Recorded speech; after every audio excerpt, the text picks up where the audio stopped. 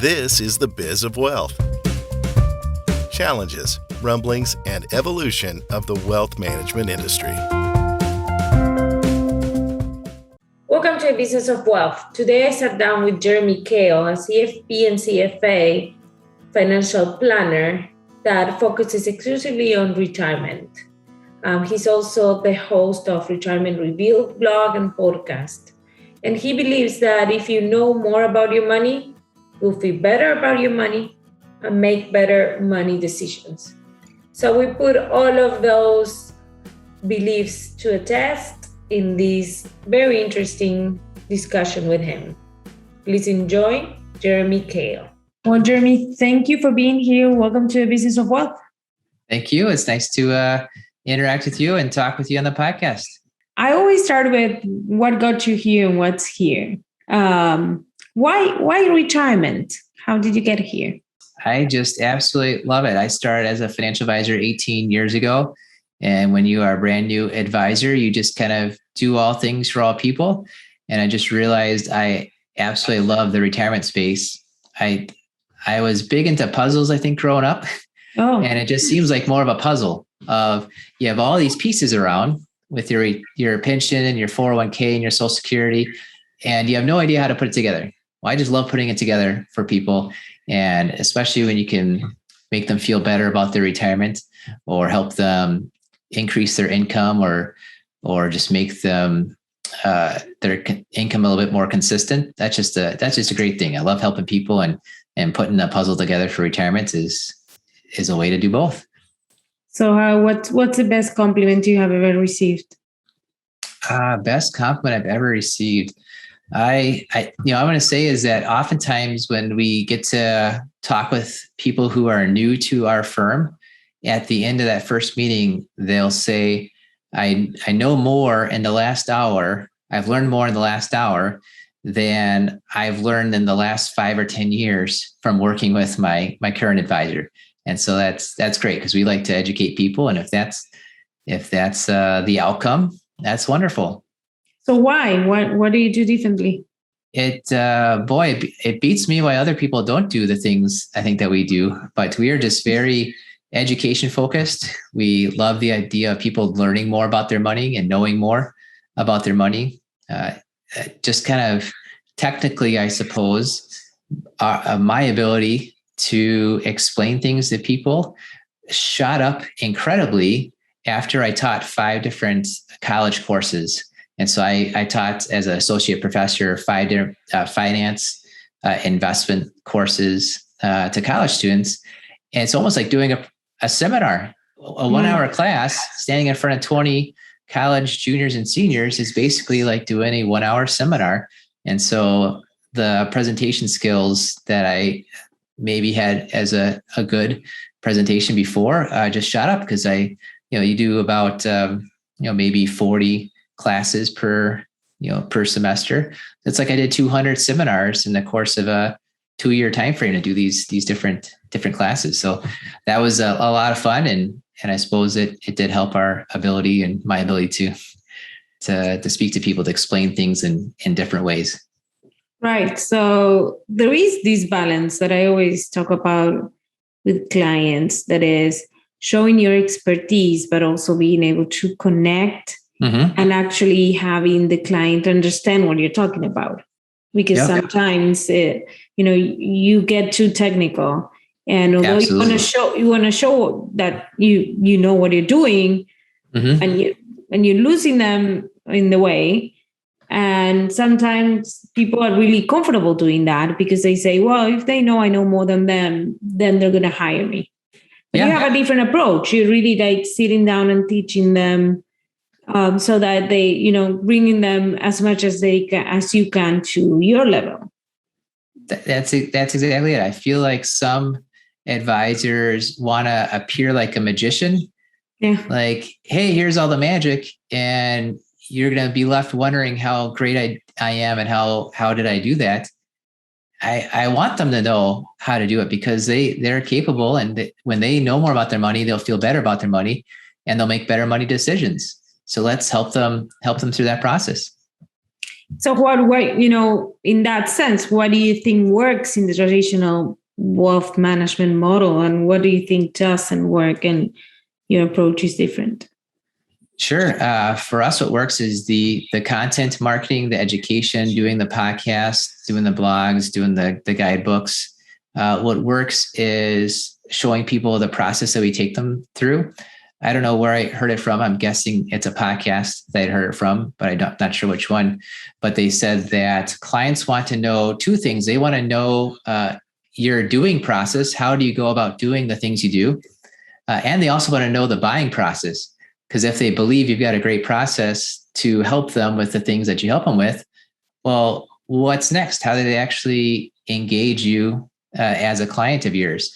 And so showing people, here's the process that we take our clients through, and then here's the process to become a client. And making both of those as simple as possible helps people feel better about their money and gives them a better ability to sign up and become a client. Right. That really speaks to what I always discuss, that is the customer journey. Right. Adjusting your customer journey, making sure that you're taking them by the hand and making things as smooth and simple as possible. That's great. So what in the industry, what do you think is going to survive from the traditional model and what will change in the future? Sure. Well, I think it's easy to say that the old school way is gone and the new school way is there, and that the new school way is find a niche. The new school way is move away from AUM billing or move away from commission fees and things like that.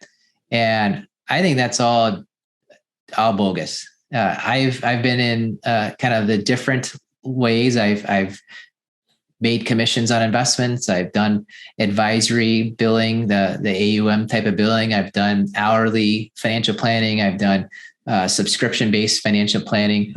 And there's a lot of different people out there, and a lot of people want each of those different things. And so perhaps more and more people are moving towards an hourly choice or a kind of fee for service type of choice. Perhaps more people are moving that way. But there's still a lot of people that just want to buy an investment product, not see what it costs, and they know there's a commission, but they don't want to calculate it. And there's a lot of people that are completely fine with, I need help with everything, including manage my money. So just manage it, bill me for it, and don't send me the invoice, bill the accounts. And so I think there's a lot of stuff that's going to survive. I don't think that the death of the sales broker or stockbroker is anytime soon. I don't think the death of the AUM model is anytime soon. There's just a lot of people out there that actually want these different ways of doing business.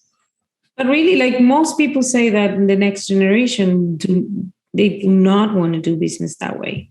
The great majority. Mm-hmm. That could be. With that?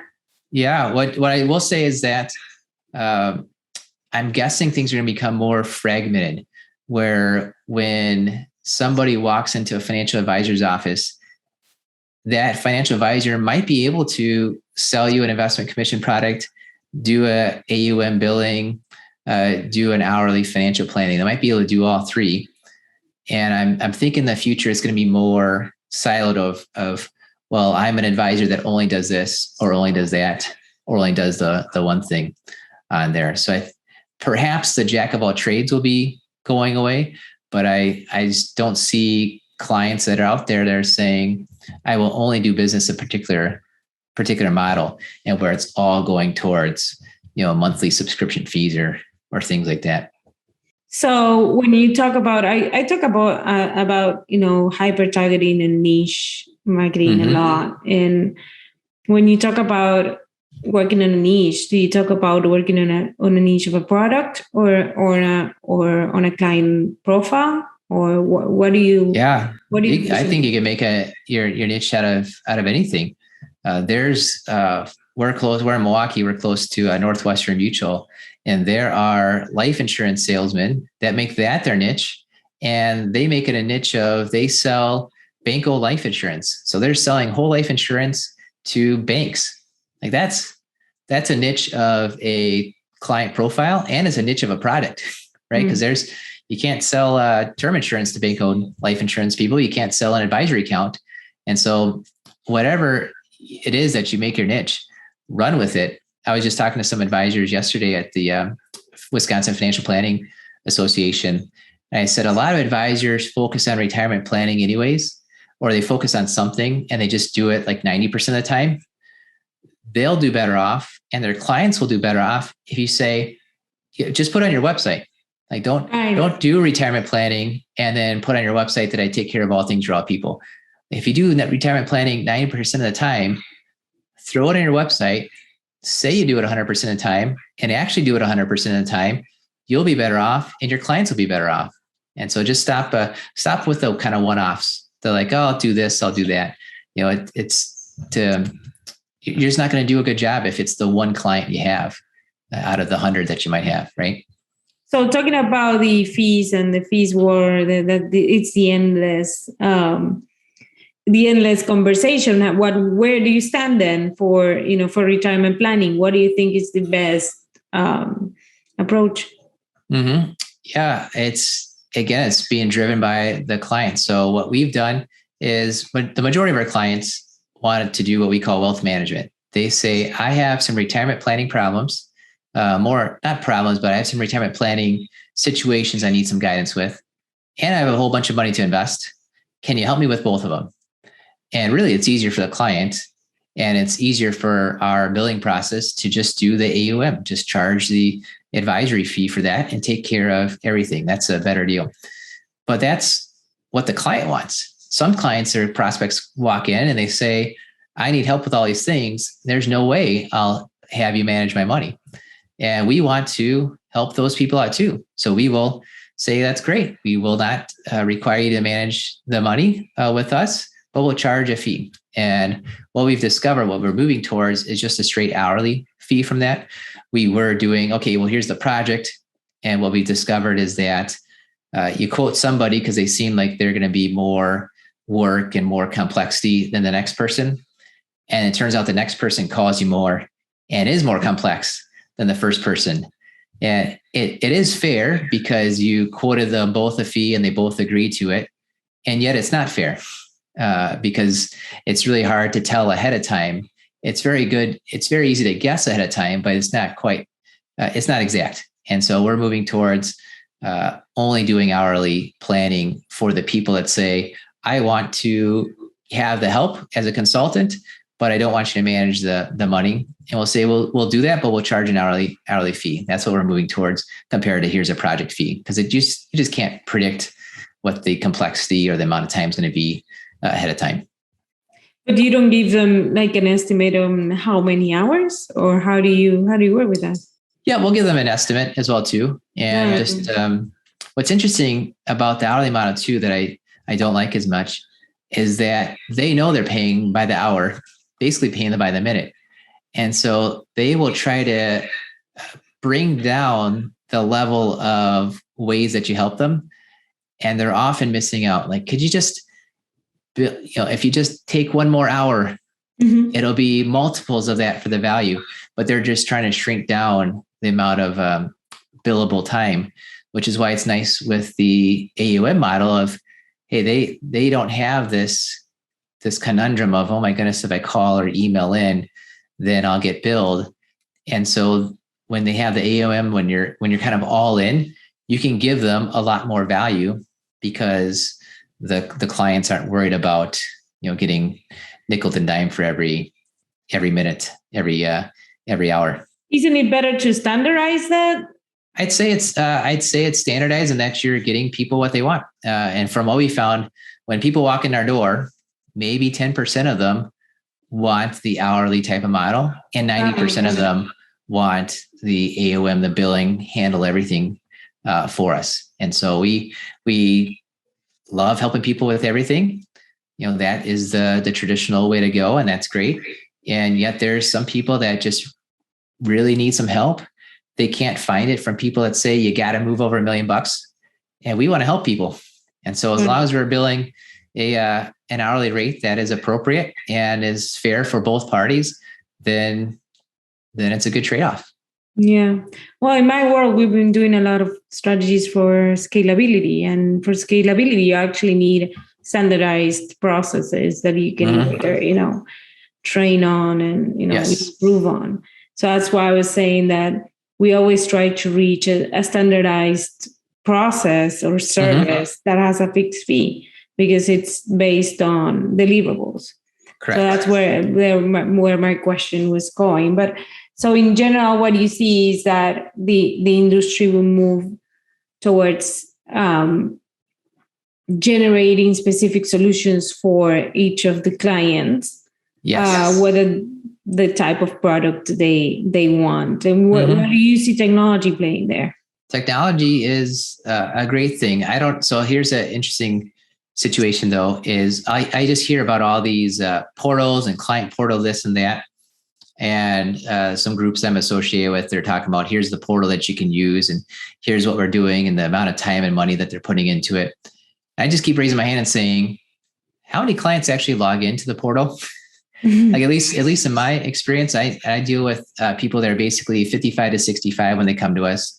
They are kind of mid-level managers at publicly traded companies. And so they're not 22-year-olds that are on their phone all the time. They're not executives. I mean, they're what I just described. And those folks just aren't logging into a portal every day. And if I say, hey, I sent you the stuff on the portal, it's just a pain for them to actually log in and do all that stuff. So the idea that there's this magical portal where you grab everything together, I just haven't seen that being something that clients are demanding. It seems like it's RAAs that are pitching it to other advisors, like, hey, move to our RAA because our portal is better, which seems kind of worthless to me if the clients don't really care. And as far as I can tell, in general, at least the people I'm talking to, the clients don't really care as much. What I will say with technology is we do a lot of tax planning. And what we would do, we use the tax planning software, which is phenomenal, but it would do kind of one tax projection at a time. So I would do a tax projection. If there's a 35-year retirement we're projecting out, we would take like the points in time, like the specific points in time when there was a change. So before and after retirement, before and after Social Security, before and after required minimums. And we would run projections then. So we'd run like 6 or 7. Well, we're using now a software, it's called Income Solver. It runs a pro forma tax return for the next 35 years. Oh, wow. And so it does every single year for you. And when I was grabbing things like, well, what if we have 10,000 more in income and 10,000 more in income and 10,000 more in income? And I was doing the Excel division on it. It would, that was fine enough, but they're doing it automatically. And then we use another program called Holistiplan, and they do it every $500 step. And so technology is great where they can do what we were doing already and make it more specific and do it more times. And so that's been great where we get the ability to be, it saves us some time and gives the clients better results because it can be a lot more pinpointed where we'd say, well, it's somewhere between 5 and 10,000 that you ought to do in this certain tax situation. So let's go with 5. We know 10's too much, 5's right on. Well, then Holistiplan and Income Solver, they'd say, okay, it's 7,000. Right. It's 7,500. They would get down to the whatever granularity you need it to. But how do you grow? Where do you see your growth? Because most answers to the use of technology is the capability to tend to more clients. Mm-hmm. How do you plan on growth, or where do you see that? I think the growth is taking the process we have and having more people deliver it to more people. And so I don't like the idea of let me just grab 100 clients and work with those 100 clients for the rest of my life. If somebody thinks that they're a good advisor and they have a good process, I think they owe it to the world to help more than 100 clients. Right. And yet, as an individual, that's just about your max. Like maybe it's 80, maybe it's 100, maybe it's 150. That's your maximum. And so if you think you're really that good at financial advice and delivering value to the people you want to deliver value to, it's like your God-given duty to go tell more advisors how to do it and go get more clients to help them out that way. And so that's what we're doing. We've got a second advisor now, and his book of business is filling up. So now we're looking for a third advisor. And what's your prospecting process? How do you teach them to go out there and get clients? Mm-hmm. Yeah, so it's interesting. I like sales. I don't like prospecting. The idea that me as an individual go out and meet another individual and try to figure out what they need and try to pitch that I have the solution to it. I just hate that idea. I love the idea of marketing and sales, where let's do the marketing to have people that are interested in what we have raise their hand, and then we can go meet them. And then now you're doing sales. Once you have their name and you're talking to them, now you're doing sales. You are learning what they want and showing them that you have a process to take care of that. And so I love marketing and sales, despise prospecting. And so that's what we're trying to do, is create a business that does marketing. And so that prospective clients can reach out to us, and then our advisors can do the selling and not the prospecting. That's our approach. So since we're here, then what was your first step in defining your marketing plan? Oh, okay. I'll give you this. So my thought, it's 3 words, is you need to do, let's see if I hope I can remember this off the top of my head. First, I got it. First, you got to do your branding, which is who you are and who you serve, and actually figure out who you are first, right? I'll give you an example. There's a CFP group that did for years the commercials that there was a DJ that faked being a financial planner. I don't know if you ever saw those. Yeah, I saw that. Yeah. You know what? There's nothing wrong with a DJ that wants to become a financial planner, but I'm just guessing DJ financial planner probably doesn't want to hang out with and talk to maybe 70-year-old clients, right? And talk to them about and wear like the suit and tie and that kind of stuff. So DJ financial planner and the CFP commercials probably knows who he is and probably wants to serve people that are maybe like him. Right. So that's great. Figure out who you are, figure out who you want to serve. That's your branding. Do that first. The second thing is the messaging, which is how do you talk to the people you want to serve, right? If you're talking to, if you're DJ financial planner, you probably use different words, and you're talking to maybe the music industry as your niche. They're probably using different words than if you're talking to Harley Davidson retirees, which is who I'm talking to a lot of times. We're in Milwaukee and we have a lot of Harley Davidson retirees. They have different words and different things that they use than maybe LA music producers might be using to talk about their money, right? So branding, then your messaging, then you get to your marketing. That's the last thing you do is your marketing, which is how do you find the people you want to serve? So that's it. Figure out your brand, figure out your messaging, then you figure out your marketing, which is not advertising and things like that. It's how do you find the people? And where are they? Yeah, that's what exactly. That's what I always ask. Where are they? Exactly. It's great. Mm-hmm. So we'll close with this. You know, what if you could have a billboard with anything on it, what would it be and why?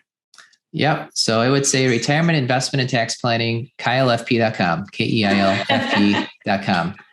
I think advertising is worthless.